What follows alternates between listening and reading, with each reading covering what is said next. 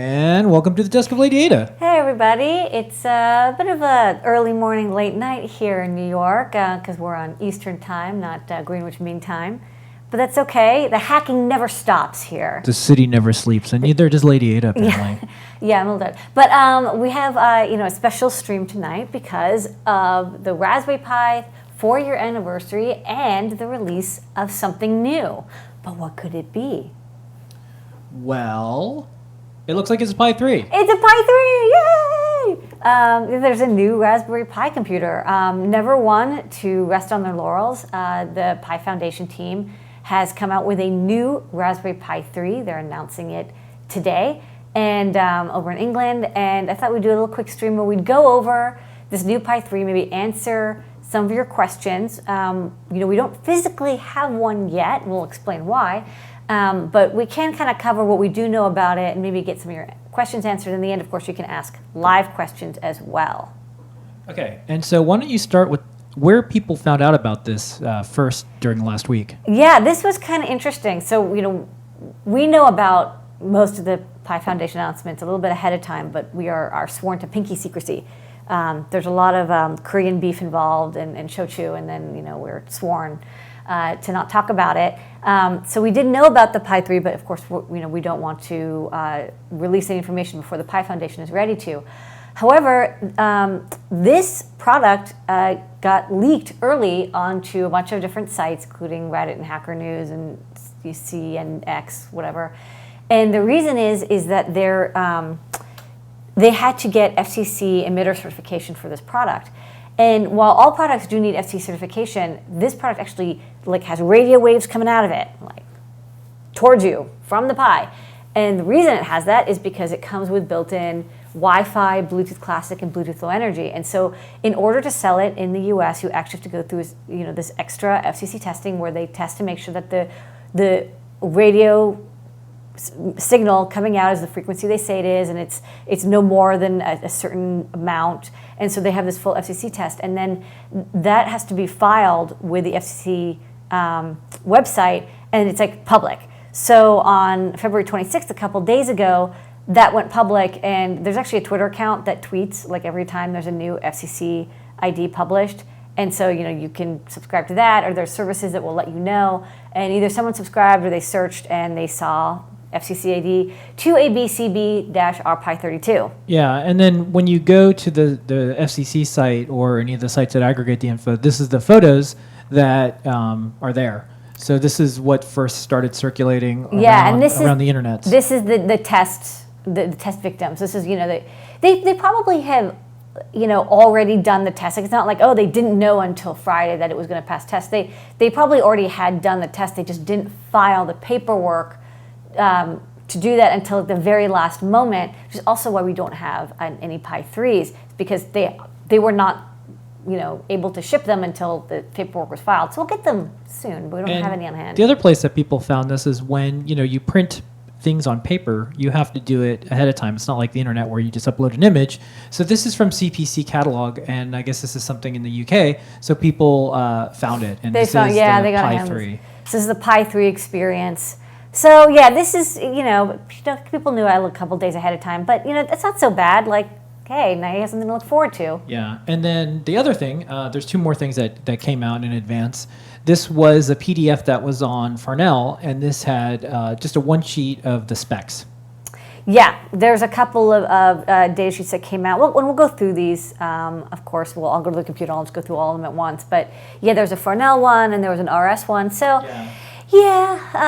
Here's the RS one. Try very hard not to be an example of well, it's hard. You have FCC approval, so that'll come out. And then people have to print catalogs. Mm-hmm. And then a lot of these systems are automated, and there's time zones, and there's stuff that people want to get the URL set. So we're at adafruit.com/Pi3. But companies that have to get their content management system. Maybe they don't have the web engineers up at 2 a.m, like me and Phil here, to set because I'm actually setting the product live now. Other companies might do that. I'll just do that the day before and nobody will notice. Well, actually, people will notice. RS left us out of the Great Pi resources. I understand RS, That's fine. but It's cool. I'll always care for you, RS. You don't. Love you. It doesn't matter. So yeah, that's just Okay. it's just because people were wondering like what's up with that and why did this why did people find out about the Pi ahead of time? But it's also the Raspberry Pi 4-year birthday, so it's not. I don't say it's too surprising. The Pi Foundation is constantly relentlessly working on disrupting themselves by making something better, faster, stronger, more Pi, and also at the same price. As far as I know, the retail price for the Pi 3 is going to be the same as the Pi 2. Yeah, we'll find out. So go ahead and sign up. We'll have these in shortly. But Lady Ada, maybe you could talk about the specs. Yeah, let's go to my computer and I'll actually show some of the things that I did up. Okay, so on my computer, we've got. Let's actually start with this Fcc Ids. This is actually the tweet that went out on February 26th, so you can see that's when they filed the paperwork. And you can click on this, and it will take you to the page. This is kind of interesting because I think this is it's a desk and Lady Ada, so I do want to show people how to hack for stuff. And going through Fcc ID documents is useful. And FCCID.io is not run by the government, but it's a very handy aggregator of it. And so you'll see here that there's 3 frequencies. This is almost certainly because of Bluetooth Low Energy, which is probably this first one. Bluetooth Classic, which is the second one, is going to use, or maybe this is Bluetooth Low Energy and this is Bluetooth Classic. I don't know the exact frequencies of each. Those are going to be a lot lower power, and then this high power one is going to be Wi-Fi. So there is a chipset, and we'll go over that does Bluetooth, Bluetooth Classic, and Bluetooth Low Energy, Bluetooth Classic, and Wi-Fi, which is really nice because it's a lot of things. People, it comes with Ethernet built in, but it's kind of neat to also have Wi-Fi. So here's the board, and some people were asking about this connector. This is actually a debugger Jtag connector. It's probably why that's soldered on. That doesn't come with the Pi 3. And here's just photos showing what it looks like this mil-spec ruler, and then Element, and maybe it's related to Element 14. They do testing for this device. And then they have some math. That's kind of fun, go through this. And then the setup. So they have the setup report for Bluetooth Low Energy. And sometimes they have these nice graphs, and they show you the RF. Actually, like this test. So you have these cool RF anechoic chambers. Device under test. It runs, it's actually booted up and it's running something. So these tests that they run for emitters are, they're expensive. They take a long time, and you have to test them really thoroughly. But it's probably a good idea. So this is the device and the enclosure. So you usually set it up, the way it would normally be configured, and it's got the HDMI connected, and it's running it, and then you can see the graphs, and then this is the limits of the frequencies. So it's well below, so it's kind of nice. You got a limit, and they stay below it, so good work. And then they have the same for Wi-Fi. So this is the BTLE Wi-Fi. I'm pretty sure there's Bluetooth Classic too. I don't see it now that I look at it. Maybe they don't. I should look up more about the chip. But it definitely has at least Bluetooth Classic, Bluetooth Low Energy, and Wi-Fi. And then you can fax Gordon. Don't do that because he's busy releasing Raspberry Pi 3s. So that's the Fcc ID info. And then I thought we'd go to the Raspberry Pi documents that were, I want to say, released, leaked. So this is really handy. I wanted to use this because it's actually kind of nice. It has the details of all of them. So the Pi 3 is the same size as the Pi 2 and the B+, 85 by 56, 17. It has a new chip, and we'll look this up, the BCM2837. So the B+ was ARM11 core BCM 2835, and then the Pi 2 went up to the 2836. It's a Cortex A3, A7, can run at 900 megahertz, and then quad core. And the Pi 3 is a ARM Cortex A53, which is also an upgrade, also quad core, has 1.2 gigahertz, and lower power RAM. So that's kind of nice, but the same amount of RAM. It still has 4 USB ports, Probably the same USB hub that they've always used that also comes with Ethernet, that microchip hub. But you get the same GPIO, you get the same layout, the same connectors. Everything's in the same spot. I think like 90% of cases are still going to work. Most software will work out the same. You do need to have a new distribution, most likely, if if you're running, if you have an SD card that's pre-Pi 3, you're going to have to do a RPi upgrade on a Pi 2 or earlier to upgrade it, and then you can boot it. Like you will not.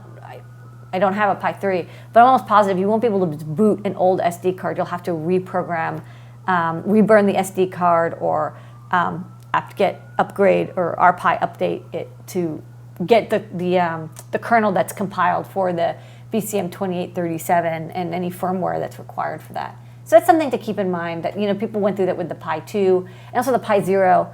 By default, the Pi 0 you couldn't use older SD card installs. And here's technical specifications. So this is also has some nice photos. I'll show my photos later as well. But yeah, basically the same overall shape, USB connectors in the same location, Ethernet in the same location, the AV port's the same, camera and display's the same power plug, same HDMI. But now you can see this is BCM 2837, not 36. Same connector, and it's the Pi 3 Model B version 1.2. So they went through a couple of revisions of this. Looks like they started in 2015. And then here's that antenna. And then underneath, we'll show you, comes with there's a chip underneath. Okay, so you've got this Broadcom BCM 2837, 64-bit ARM V7. I don't believe it's an ARM V7. I think it's actually an ARM V8 processor. So I don't believe this is correct, by the way. We'll go here. So this is the arm.com webpage. So if you are interested in the Cortex A53, check it out. Again, I don't have one of these. Otherwise, I would be doing like tests on speed. I got a Pi 2 a little bit ahead of time, but I don't have a Pi 3 ahead of time. So the Cortex A53 is 64-bit. It is an ARM V8, a core.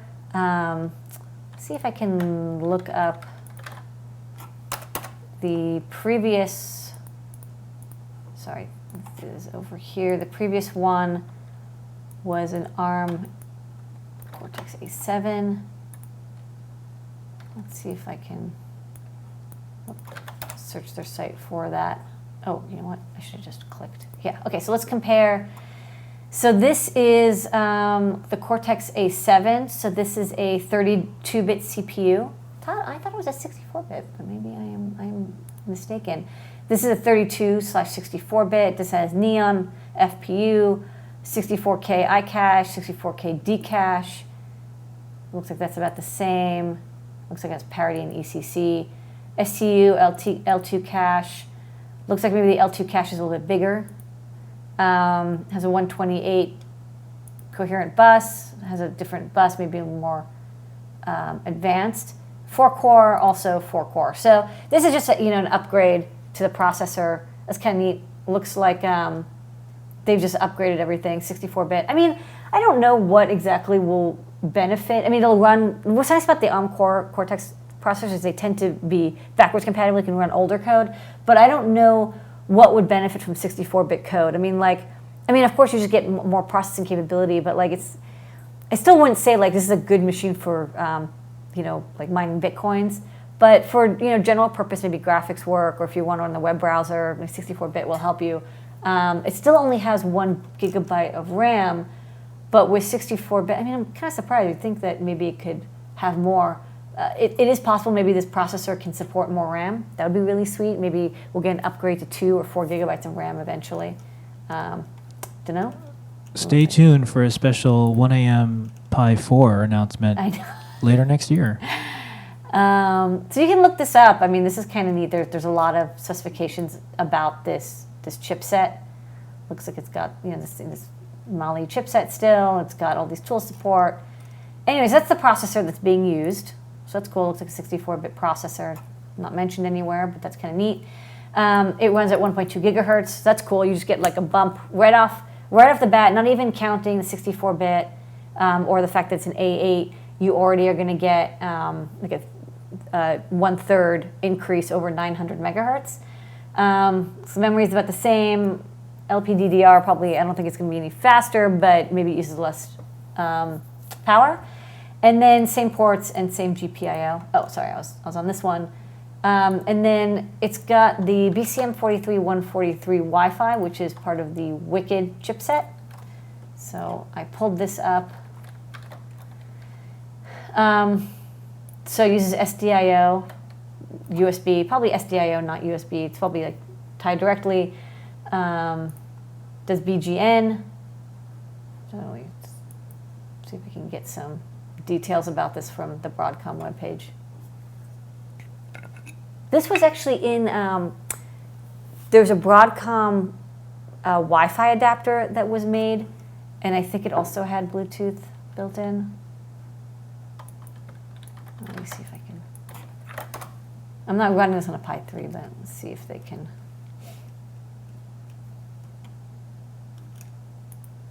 Not getting anything from the Broadcom site. Yeah, the Broadcom official Raspberry Pi module also uses this chip, so that's why it sounds familiar. So this already has native support, plug and play, because they probably practiced by having this module.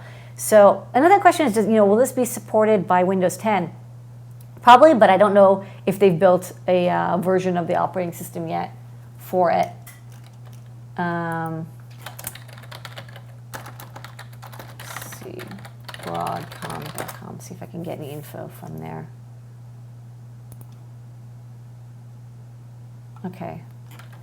So this is that family, I guess? I don't know. No, I don't think so, because I don't think that has 5 gigahertz. And they all name them like so similarly. It's a little annoying. Let's try searching some more. Not so useful. Yeah, it looks like, it's a chip. This is the thing that they sold before, and it basically had Wi-Fi with, 802.11bgn. It's only 2.4 gigahertz. It's not 5 gigahertz. If it was 5 gigahertz, of course, we'd have seen that in the FCC filing document as well. And I guess either this chip also has the ability to do Bluetooth Low Energy, or there's another chip that maybe shares the same bus that does that, although it looked like there's only one antenna, so it's probably one device and it can split up between Bluetooth Low Energy and Wi-Fi. The one thing that I have heard is that although Wi-Fi is natively supported because it was already on that dongle, the Bluetooth Low Energy is not yet supported. It's coming soon. If you've ever had to work with Blues, it's like the most joyous thing in the world to get Blues working on Linux and Bluetooth Low Energy support working on Linux. So not surprising that it's taking them a little bit of time. I think they wanted to release it to say, hey, we have Wi-Fi. The hardware for the Bluetooth Low Energy works. We're going to work on the software and get that working later. So that's kind of cool. I think, let's go back and see what else is up. So that's this chipset. It doesn't mention the Bluetooth Low Energy. So I don't know if this chip can do both Bluetooth and Wi-Fi, or there's another chip because it's kind of split up into two bullet points. Again, same GPIO, same USB ports, 2.0 ports, same stereo composite, still HDMI. It probably does 1080p still, 1080p 60. Nothing's changed with that. CSI, DSI. There is this. I've noticed it's just mentioned that the power supply has been upgraded to be able to do 2.4 amps. I think what happened is, as you're upgrading cores, the power draw is increasing. And it's not that when you plug in your Pi, it needs 2.4 amps. I don't believe that's true. However, the fact that you have Ethernet and Wi-Fi built in means that if you start plugging in any extra stuff, I think probably out of the box, it probably draws about an amp. But they're like, oh, if you plug in a camera and a display, before you know it, it can get above 2. So if you are planning to plug in a bunch of stuff, you might need a 2.4 amp power supply. Power supplies we have in the store can do 2 amps, and honestly, you can kind of push them to 2.4 without an issue. But we are going to get power supplies that are absolutely spec'd for 2.4 amps shortly, so that we'll be able to bundle them together for people who want to have the most power. And then the LEDs are in a new location. So this is one of the side effects. To make space for the Wi-Fi Bluetooth,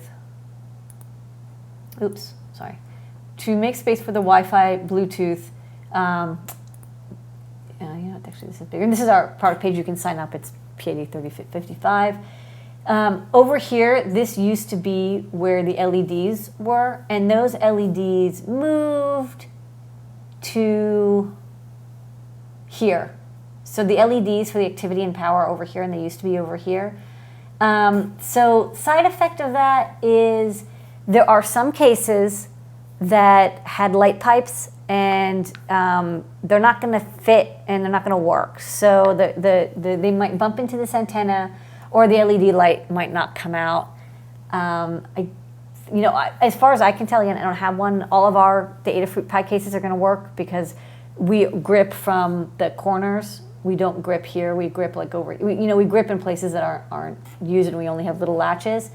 So I'm pretty sure that our cases will work. But if you have an older case, you might want to look and see if there's something in the way of that. And then here's the bottom, and so this is that chip that can do Bluetooth and Wi-Fi, the Wicked BCM43143.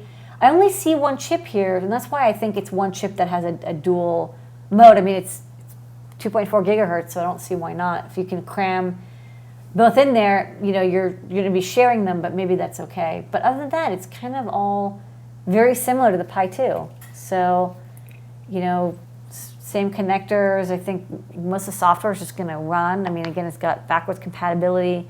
As the new packages in apt-get get updated and are compiled natively, you're going to see some speed increases. But I think already you're just having a 64-bit core and having 1.2 gigahertz, and probably you can even overclock that. You're going to get a bit of a speed bump. And I think the Wi-Fi is really what's going to be the thing people really like. Having onboard Wi-Fi is awesome because that's what everybody always wants, is to be able to plug in Wi-Fi, not just Ethernet. So that's cool.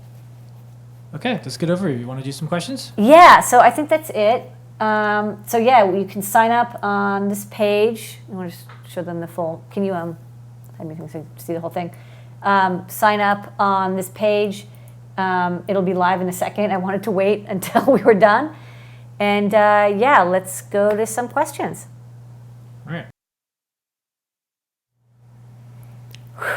Yeah, it's a lot. I know. So I know there's a lot going on with the Pi 3. And again, I don't have one, and I didn't get to test one ahead of time. So I would love to answer your questions. Just be aware that, I'm making all this shit up. I'm going to do a really good job at it, but it is 3 a.m. So ask your questions in the chat. Okay. Assistant will help. Yeah. So first up, in order to use 64-bit, does the OS need to be recompiled? Like, what will need to happen for? Okay, so what needs to 64-bit? happen is probably twofold. One, all the binaries are going to need to be compiled to take advantage of the 64-bit instruction set, and also the operating system, the kernel, has to be recompiled to take advantage of that the 64-bit. It doesn't really. I mean, it's going to add more processing capability. But since the ARM Cortex has this was really awesome, the Cortex has this backwards compatibility, you can run existing 32-bit processes on the 64-bit, and you just aren't taking advantage of these 64-bit instructions. Okay, what do you think is going to happen with those big, heavy-duty metal cases? That's actually a really good question. There were a couple. Knowing ahead of time about this, we sort of thought hey, let's start not purchasing as many of the cases that are fully metal. Like, we have one case that's very beautiful, but it's like a fully enclosed metal case. And yeah, you can totally use it, but you're not going to get Wi-Fi or Bluetooth signal out of it. I mean, there's one where you can remove the top, and we have one metal case where it's metal and then there's a plastic top, and we can maybe do some signal measurement on it. But basically, you want to have a fully plastic case for this. It's kind of, I wouldn't get a metal case anymore unless you were cool with not getting radio signal out. Okay, someone says I was configuring MPI at the same time, so I missed it. How many cores? This is a quad core. This is a Cortex ARM V8 A53. It's a quad core 64-bit A3 processor, A8 processor. Okay. And I know you mentioned it before, but maybe you can talk about it a little bit. What what are the advantages like over a Pi 2? Like, what would be the real reasons to use one over the other at this point? Okay, we'll do a rundown. Well, first off, it's about the same price. I expect everyone will be selling it for the same price as the Pi 2, so it's like $35 to $40 US. So you get full backwards compatibility with the Pi 2, except like maybe you have to update the kernel or something. I mean, I don't have one, so I don't know for sure, but it's likely that you'll have to if you want to take full advantage of the processor. You get Wi-Fi and Bluetooth Low Energy and maybe Bluetooth Classic as well built in, so that's like really cool. Because a lot of people want Wi-Fi, they don't want to use Ethernet, but you still have Ethernet, you still have USB. It's just like 30, 50-ish% faster. So like just everything like runs a little speedier, boots a little faster. Your process, your code, and like if you're running Scratch or Minecraft, it's going to be more responsive. If you're running emulators, you're going to be able to emulate more. Like it's overall. I don't know them again. I don't have one, so I don't know the MIPS offhand. But I'm guessing it's getting to be as fast as computers about like 10 years ago, probably like desktop computers. Like it's not going to be as fast as like my i7, but it will be able to like open a web browser and browse the internet and not have that. If you remember the Pi 1 that had this kind of slow, sluggish feel to it, just fine. It's meant for education, not meant for home computer use. But now you could probably use it. You might even be able to use like web applications like Google Apps and stuff. Sort of like pretending it's a Chromebook basically, and get like a very good responsive speed from it. Okay, and just some notes. First off, shout out to Pimeroni and Hackaday in the chat. Yay! Hi, everybody. So, also, as far as the kernel updates, Noobs 1.70 works, but it doesn't have the Wi-Fi support. A new image is on its way. Okay. And then, I figured there was like something. I mean, like it's all the information is like, I guess I'm going through it, I'm like, hey, wait a minute, like that part number's wrong. Like it's. Yay! So I'll in the morning. I'm probably going to go and read the official announcement. I think, it's come out, and I'll read the actual specs. And if folks pointed out, this does free up USB ports because of the Wi-Fi Bluetooth on board.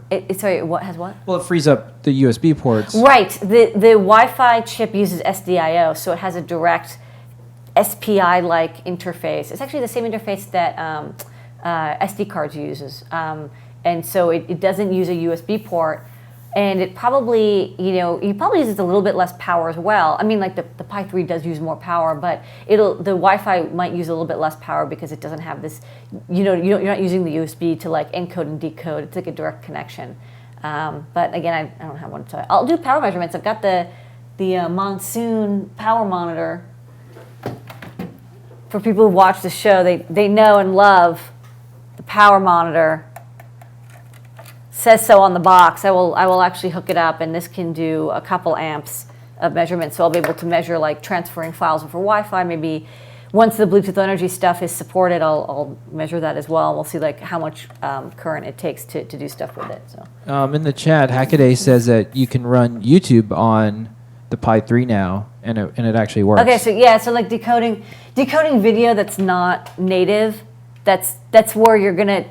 Like getting 64 bits is going to help, especially when you want to like just process a lot of data, because you're able to handle larger chunks of data. And I also know like every time you update in the Cortex family, you get like more DSP processing support and all these extra fancy instructions.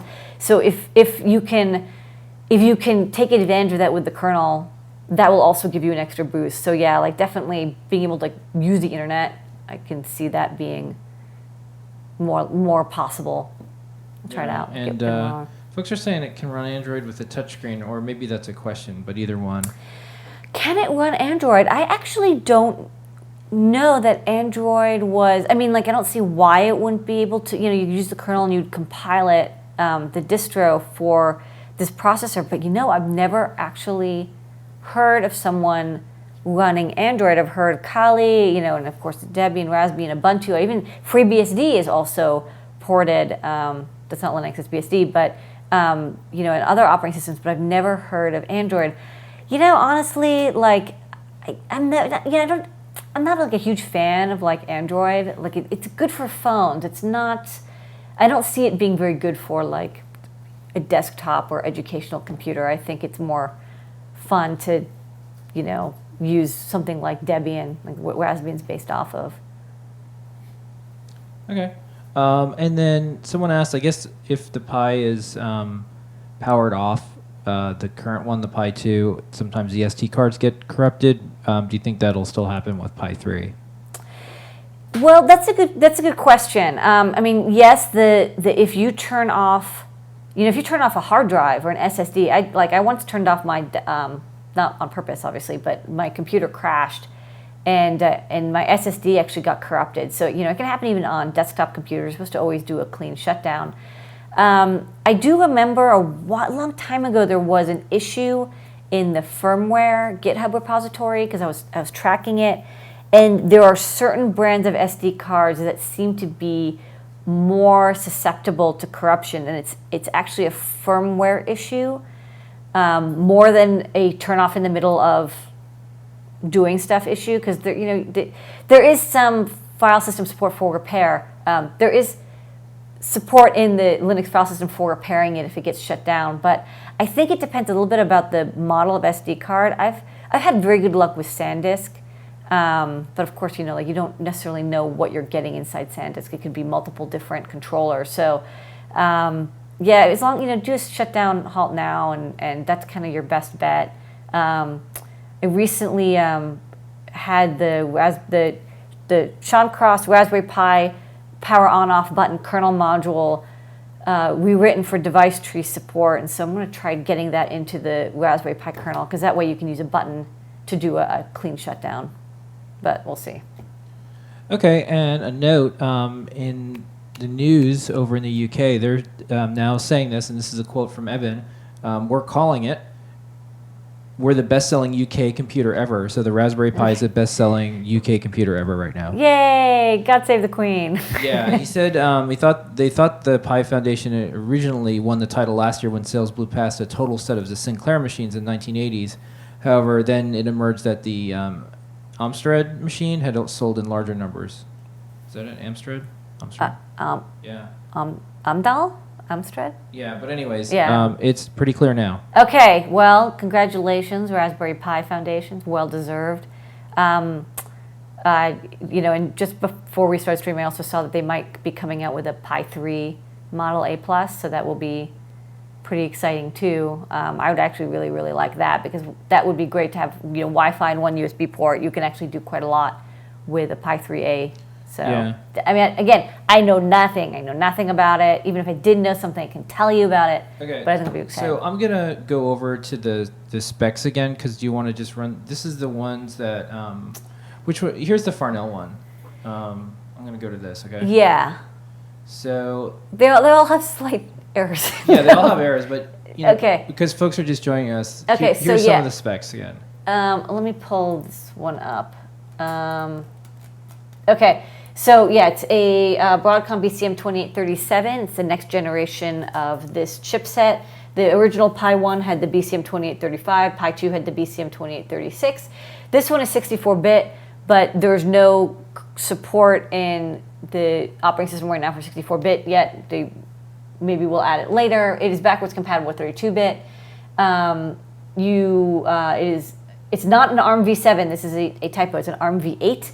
Quad-core processor, so it's a new generation of Cortex chip, 1.2 gigahertz. I believe it's not overclocked. You might be able to overclock it a little bit. Still comes with 1 gigabyte RAM. It comes with Wi-Fi and BLE on board. I believe Wi-Fi has support out of the box. BLE is still being worked on.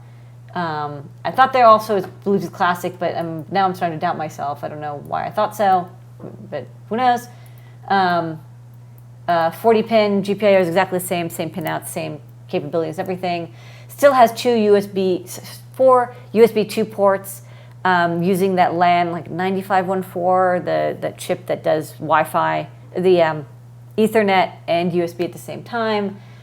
Still has the same 4-pole stereo output and composite video port. We actually got a cable recently. Like, it actually took me 2 freaking years to get a cable that has the correct pinout. But I got one, so it has like the correct composite and video and output. So if you want to get composite out, you can do that. Still has HDMI, can do 1080p 60. Still has the same CSI port, same display port, same micro SD connector. Everything is in the same place. LEDs have moved. Power draw is going to be higher. Of course, it's a V8 processor. The switching supply on board can now do 2.4 amps. That doesn't mean that you are going to use 2.4 amps out of the box. It just means that because of the extra overhead of the processor, if you like plug in all like on a hard drive and like another Wi-Fi board for some reason, and like you're using Ethernet and like transferring a lot of data and doing a lot of processing and doing video decoding, you may end up getting close to 2 amps. So just be aware, like we've been selling for the Pi 2 for a very long time, these 5.2 volt 2 amp power supplies with the really thick micro USB cable. If you're using an old power supply or using like a cheap wall charger, it's not going to work, and you're also definitely not going to be able to power it from a USB port on your computer anymore. You actually have to have an external power supply, so not a big deal. Most people have done that with the Pi 2, and yeah, the LEDs change positions. If you have a enclosure with light pipes or something in that area, you might have to cut them off or something with a Dremel. Yeah. So next up, if you go to raspberrypi.org and click their blog post, maybe we can go through the FAQ, because a lot of the questions that are coming in are the questions that they're answering. So, okay. Good. They have stuff now. Yeah. So are you discontinuing the earlier Pi models? What about the A+? What about the compute module? Okay, wait, hold on. Core? I'm getting to it. Okay, so it's you know what? The Wi-Fi chip is different. They had the typo on it. So yeah, it's a 1.2 gigahertz 16-bit quad core. They say 50-60% increase versus Pi 2. Facts. Okay, are they discontinuing the early Raspberry Pi model? So yeah, they actually still are making and selling the Pi 1. Like personally, as like an Adafruit selling Raspberry Pi person, we're going to stop really selling the Pi 1. I mean, we might carry it a little bit, but it's just like people kind of want like there's the Pi 1 and then the B Plus and the Pi 2. I think the B Plus will definitely be like the Pi 1 we might keep around a little bit because it's physically differently shaped. The B Plus is definitely it doesn't make any sense to carry now that there's the Pi 2 and the Pi 3, and the Pi 2 I think will also slowly discontinue because it's just a drop-in replacement to go to the Pi 3. A Plus still around. Compute module, they're going to make a compute module 3. That sounds great. Video core, yes, there is still video core. 10-time performance, I think that's from compared to like the Pi B Plus or something. And then credits. So yeah, that's it so far. I'm sure there will be more tomorrow morning. Okay. So exciting. 4 years. Yeah, I remember remember the Pi came out, and I was like, I'll totally admit it. Before it came out, I was like, I don't know if this is really gonna happen. And I was like, it's kind of vaporware. And I was like, well, like we'll see how it goes. But then I got one. Remember, I got one like a couple days after they were released. A kind person sent us one, and I was actually playing with it, and I was like, this is actually really fun. It reminded me a lot of the Chumby Hacker board. That's kind of what I felt it was inspired by, and we really liked having the Chumby Hacker boards. This was kind of a neat next generation. Yeah, I mean, for the folks who, this is like insidery baseball, but Bunny Wang, who is well known for the Xbox hacks, the Chumby, and then later the open source laptop, and also now the Shenzhen crowd supply campaign that he's doing, and all sorts of really amazing hacks and products like the NETV. He was doing Linuxy computing, and it was very much like what the Raspberry Pi was. It was just the guts of the Chumby, and then there was like the Chumby hacker stuff. So this is cool to see Linux get in the hands of so many people, and congratulations to 4 years.